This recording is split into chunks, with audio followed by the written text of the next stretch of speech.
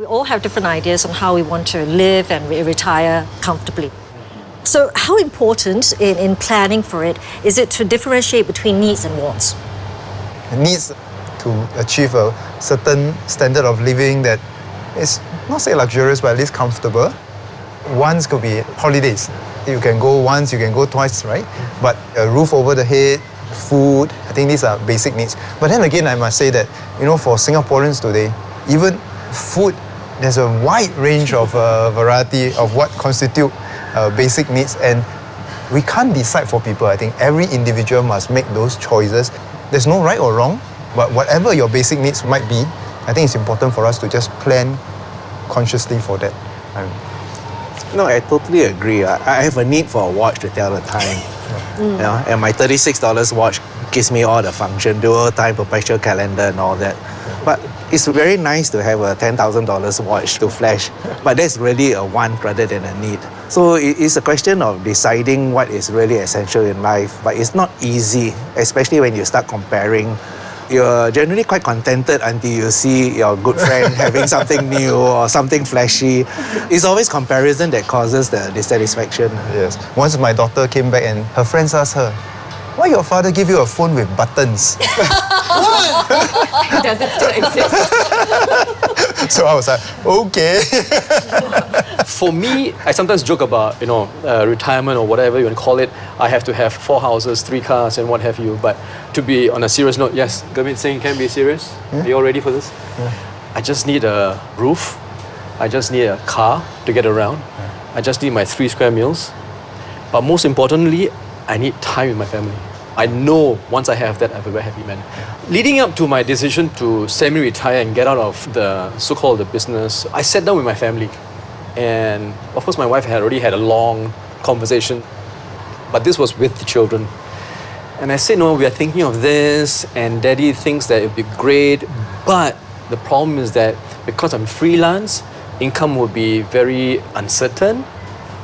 So we have to manage our expectations, and to have a little bit of foresight, we will have to sell our house, move to an apartment, small apartment, no more business class air tickets, and sell my Lamborghini and get another car, a smaller car. My children, without even hesitating, said that, Dad, if it means having you here more with us, it's a no-brainer. Let's do this. So I think it is important as head of household, we need to get the family involved as well. Because not only are you retiring, your whole family is going to retire with you. It's important that they come on board and everybody's on the same page. So it was a nice family moment and I'm glad I did it. And now I'm really enjoying my time with them. Yeah. Do you think a lot of Singaporeans, they don't want that? Of course. A lot of people would not mind to retire earlier. That's everybody's dream. Achievable, it's only minority. If majority can do that, I tell you, today we are not sitting here discussing about this issue. Some would argue that Gurmit, he's making this much, so he's downgrading to this, so he's still at a certain comfort level. But you have a lot of Singaporeans who may be here, and then when they lose their jobs or can't work, they are actually there and they are really struggling.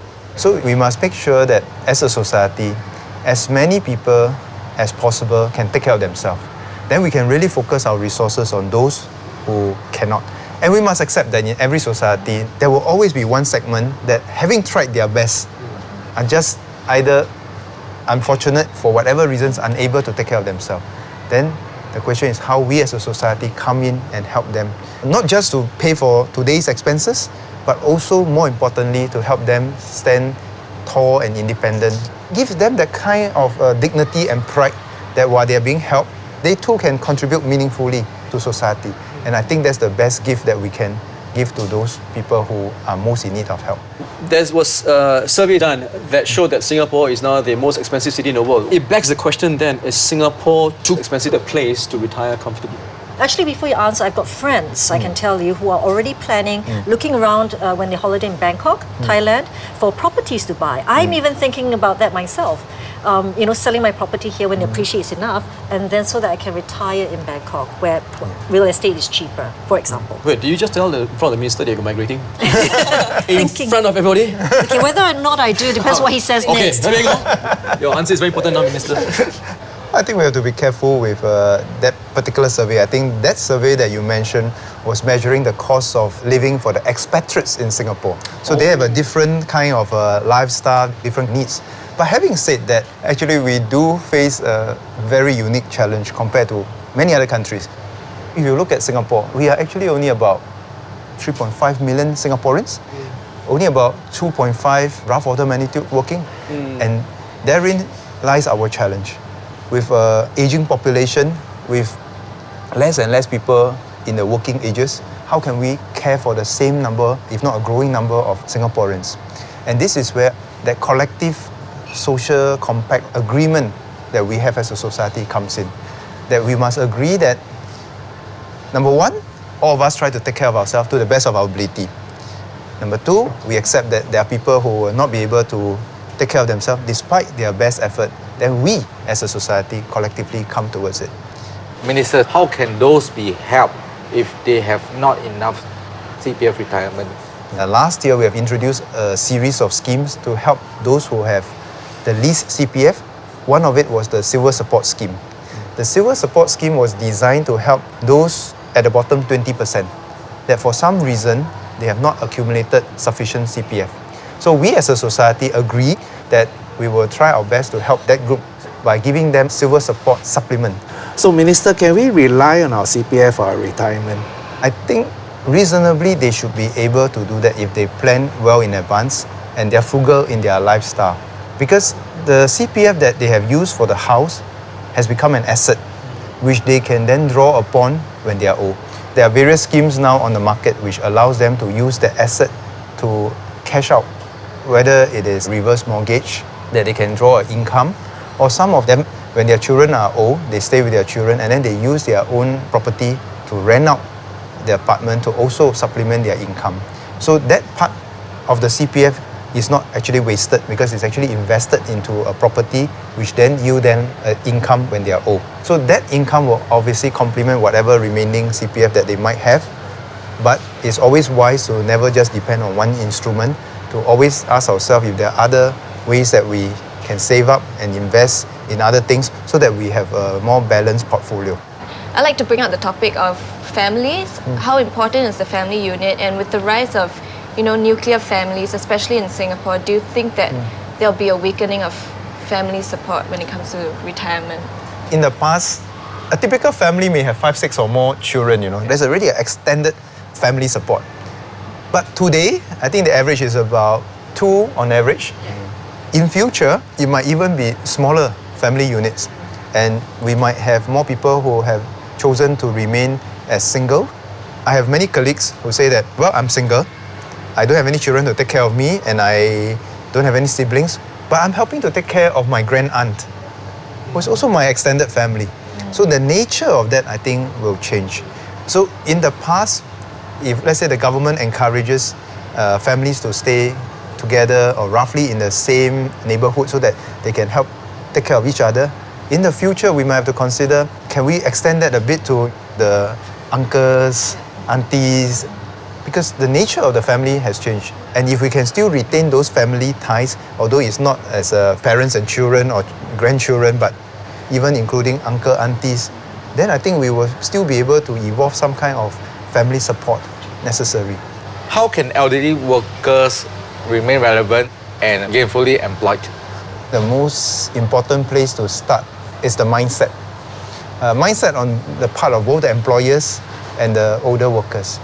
We need to find some way to get rid of this mentality that just because I've hit a certain age, a certain number, suddenly everything changed and I'm no longer useful and I can no longer do what I used to do yesterday.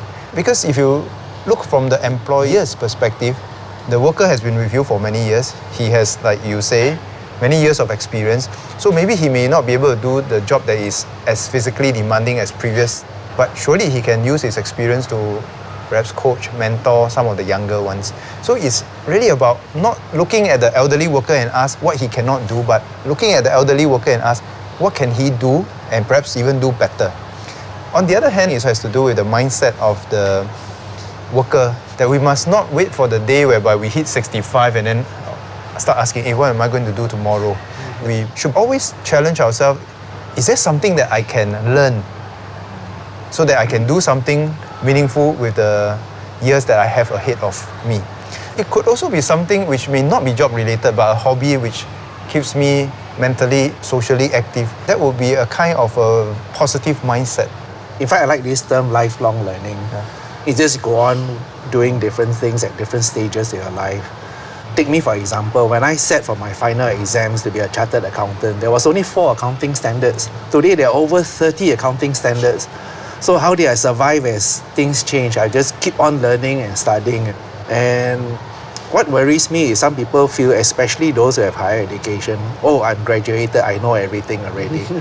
And they'll be left behind. The universe is changing even faster than ever before. Even my wife asked me, do you have a hobby? Clubbing is your hobby lah. So she serves as a reality check for me because she says that, one day both of us are going to grow old. When we grow old, is there something that we can do? Where we do things together, where we spend time together as a family. I have friends who, in the 40s and 50s, they started picking up new hobbies together with their wife, because maybe by then their children are a bit older, they have a bit more time, and they really started planning ahead so that when they leave the job, they can either take a part-time job to do something that they like, or just to pursue a hobby which they have done for the last few years and would like to spend more time.